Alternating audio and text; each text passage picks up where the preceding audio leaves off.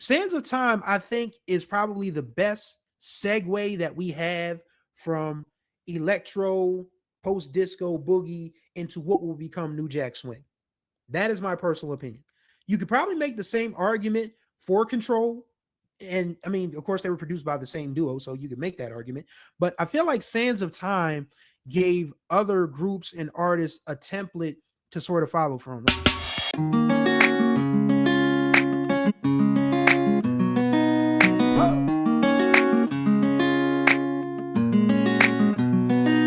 What's going on, everybody? You're right on time for another ride on the Groove Line with your boy Chris Stevens. Hopefully, you all are doing well out there. It's Thursday, and we have a special album to review because on this day, 40 years ago, April 9th, 1986, the S.O.S band dropped their last album with the all original members called The Sands of Time on Taboo and Columbia Records. Now, this album is special from the perspective of, once again, this was the last time they had all original members as Mary Davis went solo after this record. And just, I mean, I love the album cover for one. I mean, it's just really, 80s avant-garde-ish. You get this, the SOS band logo going through, like, I guess like a glass sort of, film or whatever. You have the chrome on one end, and then you have the stone on the other, signifying, how time progresses. You go from stone to chrome and all of that. You got the little sand dunes in the background and Sands of Time at the top of the album cover. It's very cool. It's very cool.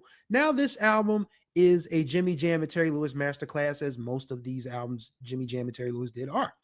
And I'm going to start this review off with the hottest of hot takes.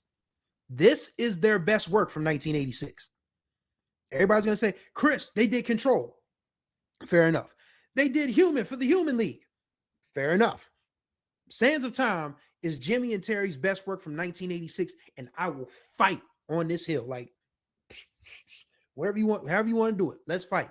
But there's a reason I say this, because you got to remember, when you have a lead singer who is thinking about going solo, because I don't think Mary just thought at the spur of the moment, oh, I'm going to leave the SOS band. I'm probably sure she had this thought in her mind and on her spirit for a long time.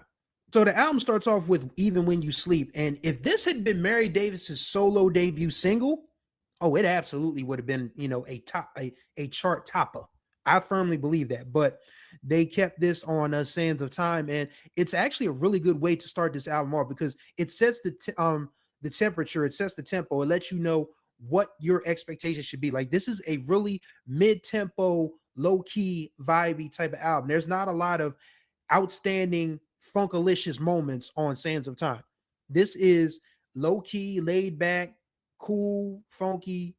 I mean, it's still funky, but it's still very much mid-tempo vibes. And Even When You Sleep is a great way to start the album, when Mary talks about, sweet dreams, my love, I'll always be here when you sleep. Like, she's talking about anything to please her man. Like, for 1986, that was not a controversial statement to make. I mean, in 2026, it's kind of controversial, but in 1986, that was not a controversial statement to say anything for her man. She'll keep him happy. She'll take care of him even when he's sleeping. I know a lot of guys that are still looking for a woman like that today. Just saying.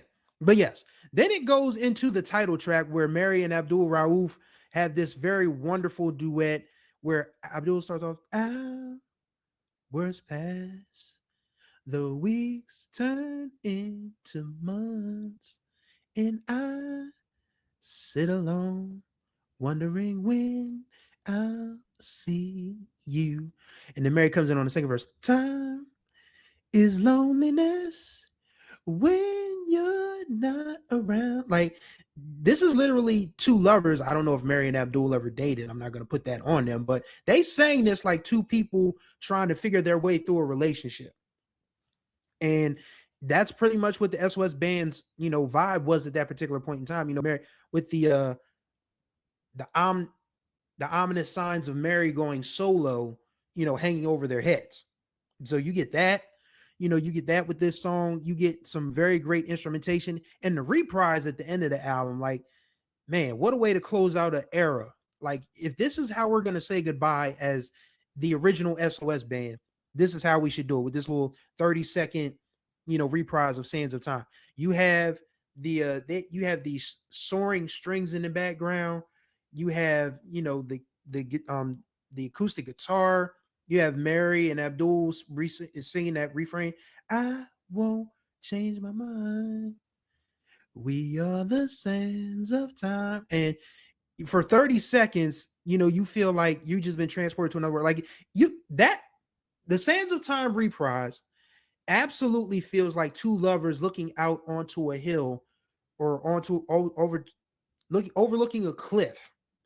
Like for like if they just on the beach or something, just it's either sunset or sunrise, but they know that their time together has come to an end.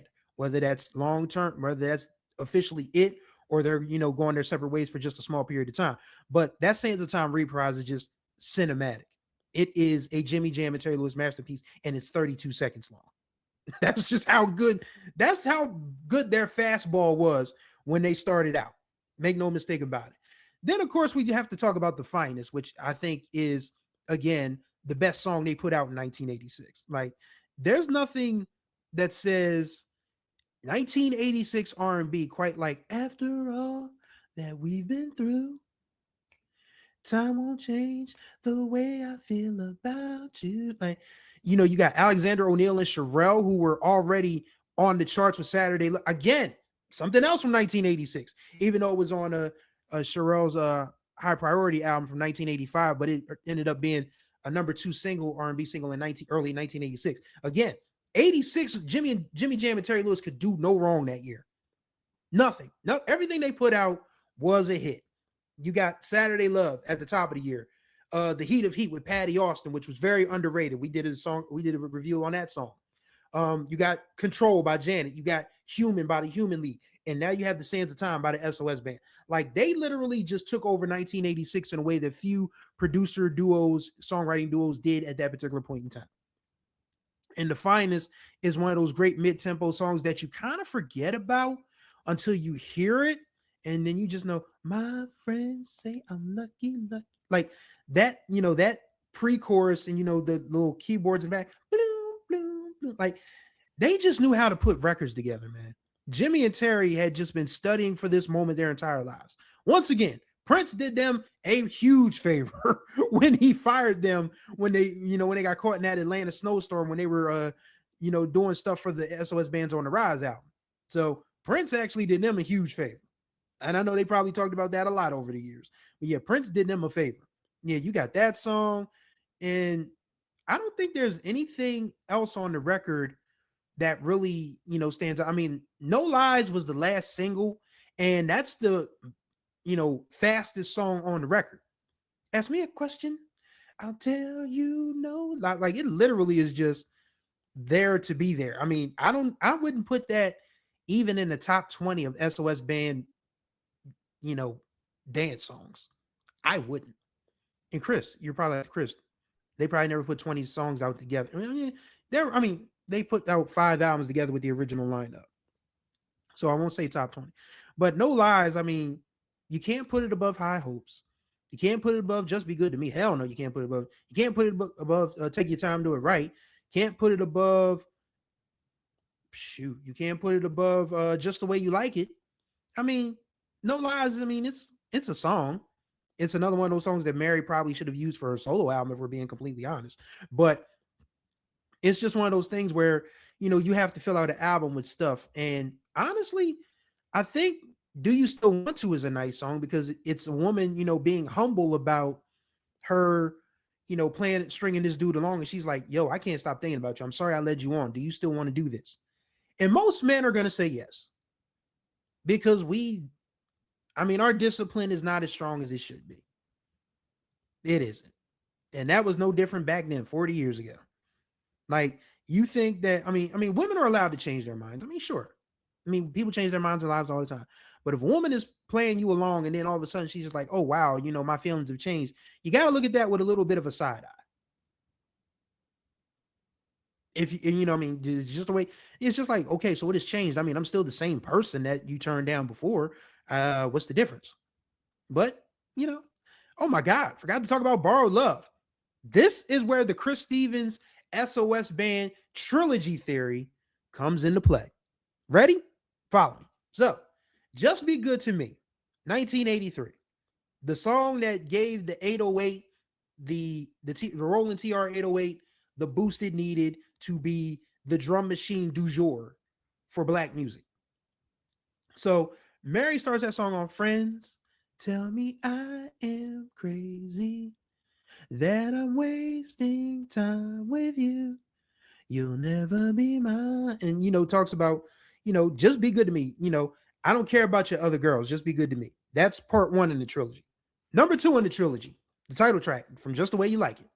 You keep your other girls until you settle down. Whenever you get bored, I will give it to you just the way you see. You sense a pattern here. She's like, all right, I know you got these other girls, so just be good to me. Album later, he's still doing whoever and whatever he wants, and she's like, okay, that's fine. Still, I'll be here. And now we get to Sands of Time, and it's, I never thought I could live on borrowed love. How could I think I could live on borrowed love? Like, she finally comes to realization that this dude ain't worth a damn. Like, 3 albums in, like, wow, this dude is literally just doing whatever he wants to do, and I'm stupid enough to let him do it. So I can't live on borrowed love. So I'm out of here. So that is the Chris Stevens S.O.S. band trilogy theory. Overall, Sands of Time did really well. It went number 2 on the R&B charts, and it made number 44 pop, so it just missed the top 40. So again, Jimmy and Terry just had a way of putting together hits at that time that just cemented them as the hit makers of the moment. You maybe pick years that define certain producers, certain songwriters, hit makers, or whatever. 1986 is absolutely a year that Jimmy Jam and Terry Lewis just went through the roof. Like, there's no denying it. You had Janet, you had the Human League, you had the S.O.S. band. They were everywhere, man. They were everywhere. They did not miss their chance. And we have them to thank for wonderful music. Thank God they're on the podcast circuit now. They are going to they're hitting the podcast circuit like crazy, dog. And I am so thankful that they are doing it. And, we get to hear these wonderful stories. I would love to have Jimmy and Terry on this show at some point.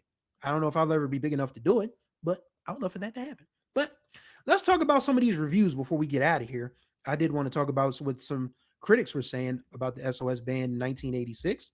For one, let's talk about this review from the Bridgeport, Connecticut Telegram from June of 1986. Actually, it's from April. I'm sorry. The S.O.S. band Sands of Time reflects the continuing influence of the Jimmy Jam Terry Lewis production team, the hottest duo in the pop industry. Once again, alluring patterns and textures are layered underneath slick, polished group vocals, and lead singer Mary Davis provides hot, sultry leads when necessary. However, songs like The Finest and Borrowed Love are notable for their jutting, sharp passages and flowing vocals which slide around the rhythms in an inspired manner. And here's a disappointed review from Carl Matthews of the Atlanta Voice. This is from June 21st, 1986, first day of summer, 1986. The S.O.S. band is probably best remembered for their 1980 debut single, Take Your Time, Do It Right, which topped the soul and dance charts and went platinum. There was a certain brightness, a certain snap in the S.O.S. band's first single. It wasn't bad for a debut hit. But with this album, I get the impression that the spark has dimmed considerably. Even on the first listen, these new arrangements sound tired, little more than reworkings of tunes from their last 2 albums. The S.O.S. band, as can be easily seen from a glance of the current music charts, are still quite capable of making top 10 hits. So there are many folks out there that are sure to dig this stuff, but count me out. Songs like Even When You Sleep in the Finest have sort of a hit factory quality about them that tends to be a trifle stale after a few listenings. Sorry, but I'm quite disappointed with this one. Carl wasn't feeling it.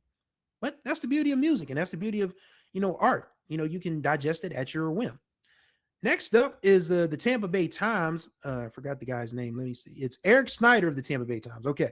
And this is from June 8th, 1986. Before this review officially begins, there's a little detail I'd like to pass along that might offer some insight.